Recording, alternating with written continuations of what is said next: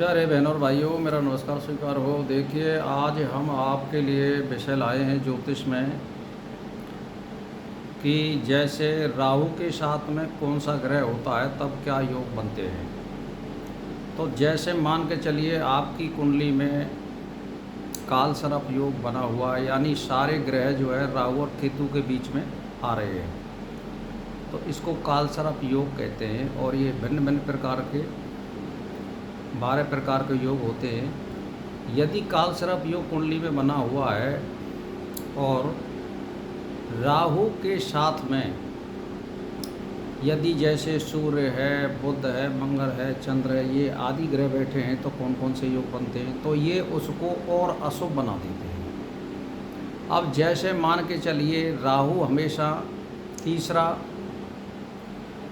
और छठवां और एकादश लाभ भाव इसको बोलते हैं, वहाँ पर ये 80% जो है शुभ फल देता है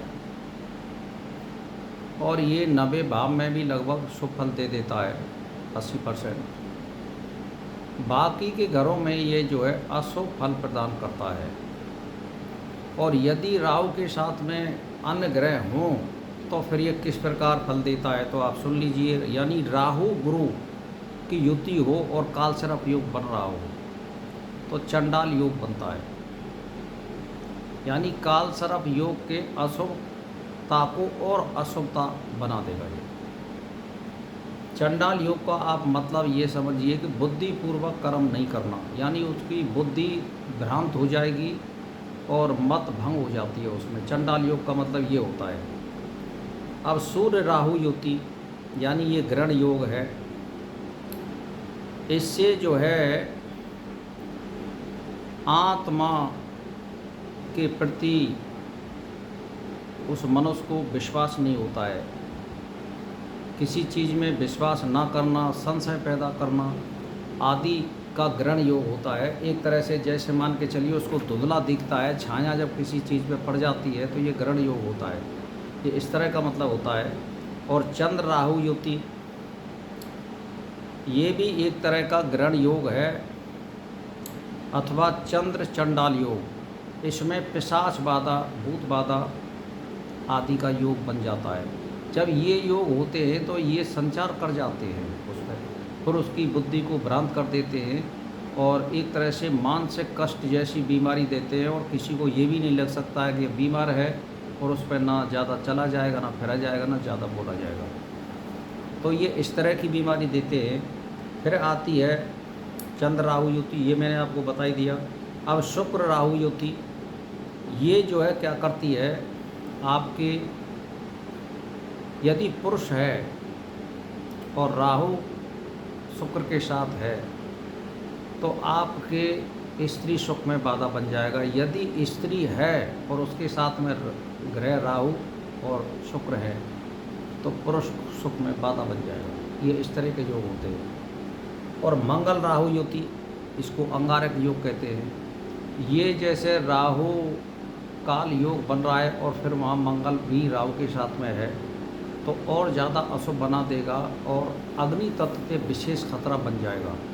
जैसे मान के चलिए बिजली से खतरा, अग्नि से खतरा, या बैटरी आदि से खतरा, या आकाश की बिजली से खतरा, ये योग इसमें बनते हैं। और आदमी बहुत क्रोधी हो जाता है और आवेश में आकर के वो कुछ भी कर सकता है। तो इनके उपाय जो है केवल यही है, अपने गुरु का मंत्र का जाप करिए, 10 मांस हवन करिए। परमार्थ का मतलब है वास्तविक कार्य करना। जैसे हम पे पैसा है तो दूसरे लोगों की सहायता करें, यानी अन्न है हमारे पास तो जानवरों की सहायता करें। परमार्थ का मतलब ये होता है। तो हम यदि मनुष्य हैं और हम पे पैसा है तो हम जो है दूसरे लोगों की भलाई में धन खर्च करें, अन्न खर्च करें, कपड़े आदि बांटें।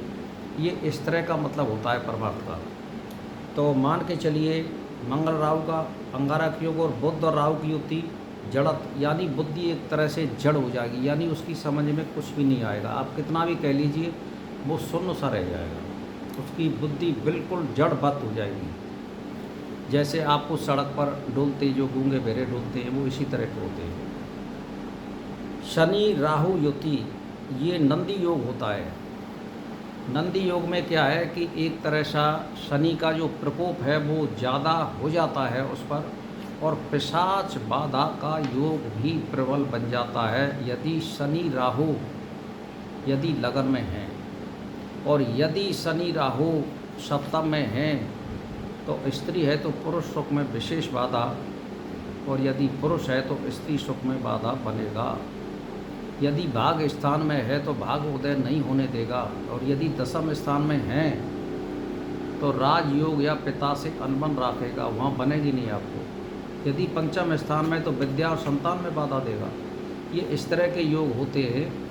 तो कहने का मेरा मतलब ये हुआ कि आपके जो ग्रह कुंडली में है जन्म के स्थान में, जब जन्म हुआ है आपका जन्म समय और स्थान इससे कुंडली निकाली जाती है, उसका बहुत बड़ा महत्व होता है, तब जा कर के रिजल्ट सही आता है।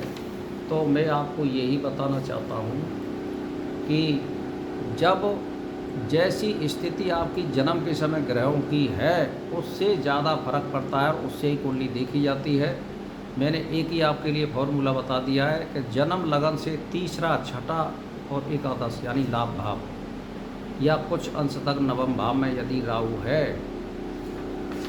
और वो किसी ग्रह के साथ है तो कुछ ना कुछ लाभ अवश्य देगा आपको। 60-70% तो देगा ही देगा, लेकिन ये 30% हानि भी देगा। जैसे मैं आपके लिए उदाहरण दे दूँ, मान के चलिए कि राहु आपके भाई एकादश भाव में बैठा है, तो ये लाभ का स्थान भी है और ये कान का स्थान भी है, और पराक्रम भाव पुरुषार्थ का भी है और जो है ये कान का भी है। तो इस तरह से ये कान का रोग भी दे सकता है आपको। तो ये जगह जगह का स्थान होता है, जगह जगह का महत्व होता है कुंडली में, उसके हिसाब से फलादेश किया जाता है। कि मोटे तौर पर आपको मैंने ये की बात बता दी कि राहु के साथ में जैसी स्थिति होगी वैसा योग बनता है। यदि काल सर्प योग के साथ में और राहु किसी साथ के ग्रह के साथ है तो वो उसी प्रकार का भाव प्रकट करेगा और अशुभ को अशुभ बना देगा। ये मैंने आपको बता दिया है। तो भाई और बहनों, मेरा इसी के साथ नमस्कार स्वीकार हो।